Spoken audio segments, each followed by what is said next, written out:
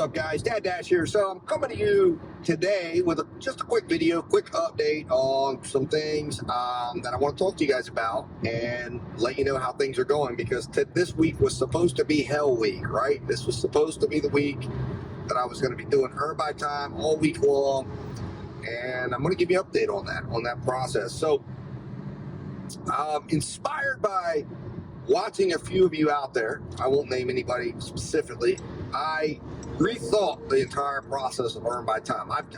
I've worked a lot with it this month. Some on camera, some off camera. I've collected a lot of data.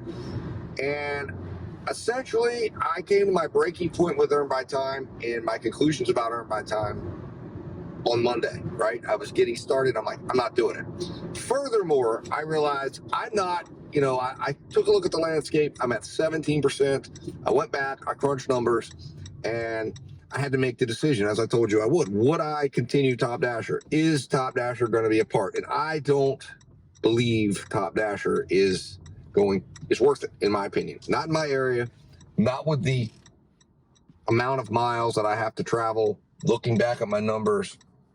And what I have decided is if Top Dasher is to be a part of Dad Dash, it will be there because, I earn it and it happens. If it doesn't happen, it doesn't happen. I don't particularly think that the scheduling in Dash Now makes a big difference to me. It is something I have enjoyed. It is something that the flexibility of having in place, especially with some of the things that have gone on this month, that was nice to have. But the need to run the miles in my area. When I went back and looked through my numbers and crunched the numbers, and I was sitting, in some days of those Top Dasher days, the worst days, as low as 65 cents a mile, which I had never had. In June, remember, was the first month I have ever run below $1 a mile. I can't do that. I'm not going to do that. And a few times that I started to try to get into the process of doing it, immediately my miles dropped.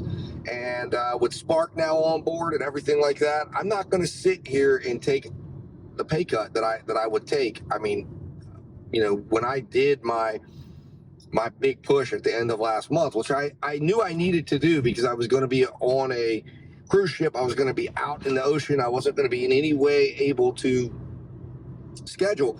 I knew I had to do that. So I was like, I'm going to do this. And I had a vacation coming up, and it was like mentally, I felt like I'm going to get the break I need after going out and doing that. But, remember, last month, I got my first ever on DoorDash's platform, not delivered, and again, I attribute that to dealing with the certain customers that I have to deal with, because I'm dealing with a lot of the low tip and no tip customers. Not to say every low tip or no tip customer is going to do that.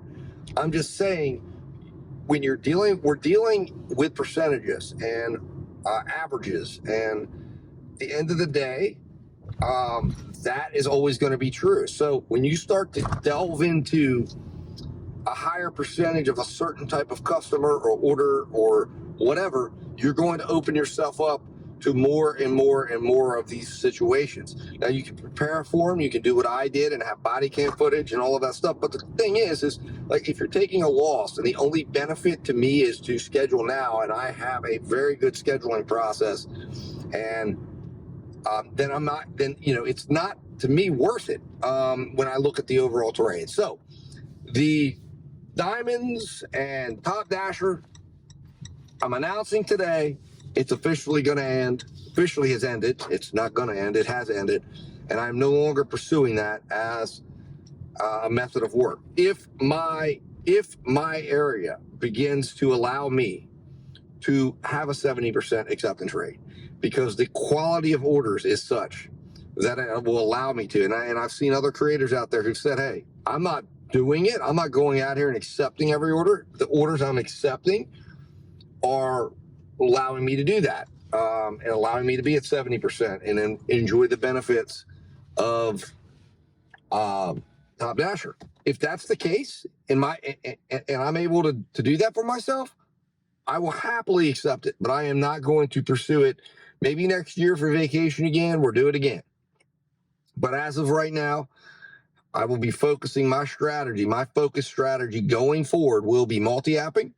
It will be using multiple apps as usual and focusing on valuable orders. And whatever app gives me the most valuable order at the moment that I'm looking for orders, and at that moment that sits on my screen, in other words, if I end up with only one order from one app and I look at it and it's the one I think is valuable, I'm hitting accept.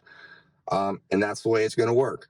Earn by time, potentially, maybe I would consider doing, some earn by time experiments as times go, just to work here or there, maybe middle of the afternoon. But overall, I feel like right now my app folio, right, my gig folio, whatever you want to call it, is strong enough that I feel like I can fill better opportunities at that time, that I would just say, I'm going to turn on earn by order and I'm going to let the apps compete for my business on an order by order basis. And I believe I could fill my time with orders that are going to be far better than the potentially $13 or less per hour order value that earn by time would generate. So I don't see that that's going to be a direction Dad Dasher is going to go on as saying that's going to be my main method. Now, I am going to continue to, like I said, do things for science and also wanting to keep that sheet up, because I do believe there are going to be dashers out there. There are going to be gig workers out there who may still benefit from earn by time. And I want to keep those trackers up for you guys. I'm going to keep adjusting them as they need to be adjusted. I'm going to be running, as I mentioned in a previous, I think the update, Aaron, I sometimes film videos and they never make it to product, through the production process. But I'm pretty sure that one got out. But I'm going to try to be doing some lives for some question answers about the sheets and get feedback from anybody using my sheets. I know there's a handful of you guys out there that are using them, and I hope you're finding them to be helpful. And if there is questions, I want to make myself available to be able to help you guys learn how to use them, because once you use these things, I think it really will help you highlight areas that you want to focus on, and it will allow you to make good decisions on whether you should be multi-apping, whether you should be single apping, whether you should be doing a blend, whether you should be earning by time, or whether you should be earning by order. There's so much out there, so many ways you can work. But the most important thing is you can't decide on any of it unless you have data in front of you. And I'm not talking about complicated data, but just the ability just to look at what you've done and go back and say, hey, did this make me money? Or didn't it? And looking at a bunch of screenshots or thinking about that $25 banger that you got last night and like, oh, that was worth it. Well, maybe it wasn't worth it. I mean, maybe you're, there is recency bias. And I'm not going to get into a whole bunch of things, but one of the things we always had to, when we were analyzing stats and looking at financial figures and stuff, is you want to eliminate recency bias out of your decision-making process. Because what happens is something really positive happens, and you remember that, right? And you're fueled by that. And then you make decisions on that. And then when you get into a longer run, you realize, wait a minute, it didn't turn out the way I thought. Well, that's because you were allowing that bias to drive your decision-making process. So you've got to be in a position to have stats in a longer period of time to say, okay, let's look at this. And maybe you make the adjustment, but you want to see how it results. And you certainly don't want to take on sustained losses over a period of time where you're making less, putting more miles on your car and not realizing how poor it is until something happens, like a shock or a disaster happens, which is what you're trying to prevent. So you can make adjustments and say, okay, well, maybe this isn't working as well as I thought, and let me adjust myself back out. Let me go back to what I was doing, and maybe I make another change, or I see something else that I can do. Anyways, that's why I believe firmly in, and I'm wanting to put these things out for people to use in a free way, to use these things and track yourself. But there's so much you can do. There's so many ways to work. And that's going to be something that I really want to help people to use and get comfortable with, because it's very easy. It doesn't take a lot. It's not complicated. It's not like complicated stuff. And it's all things and stats that you're familiar with and should be familiar with. And you just start paying attention to it and make adjustments, adjust your time, start looking at taking higher orders. There's just so many minor little adjustments you can make along the way. And suddenly you're making the money you want, right? And you get to where you're at. And that's what we're talking about. Gig work is simple. We're looking for three things. We're looking to reach our goal, our financial goal. We're looking to reach that financial goal as fast as possible. And we're looking to have as little expenses as possible when we're reaching that goal. Those are the three goals that you should all have. Every gig worker should have. And if we're reaching all three of those, we're good, right? But we got to know, we got to measure it. We got to understand it. We got to look at all these things. Anyways, guys, listen, I appreciate everybody that's subscribed so far. I appreciate everybody that's supporting the channel. Just wanted to drop in here with a little channel update.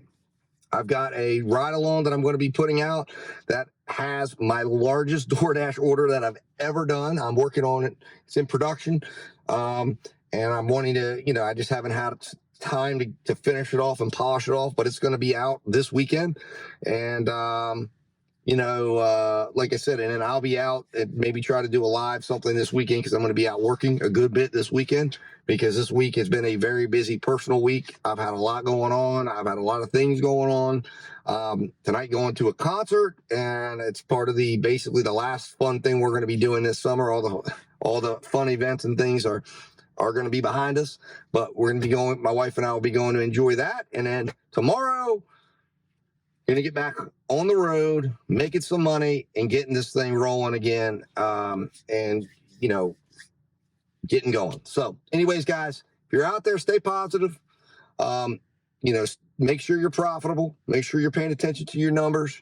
And then guys, as always, stay safe, stay profitable, and Dad Dash will talk to you soon. Thank you.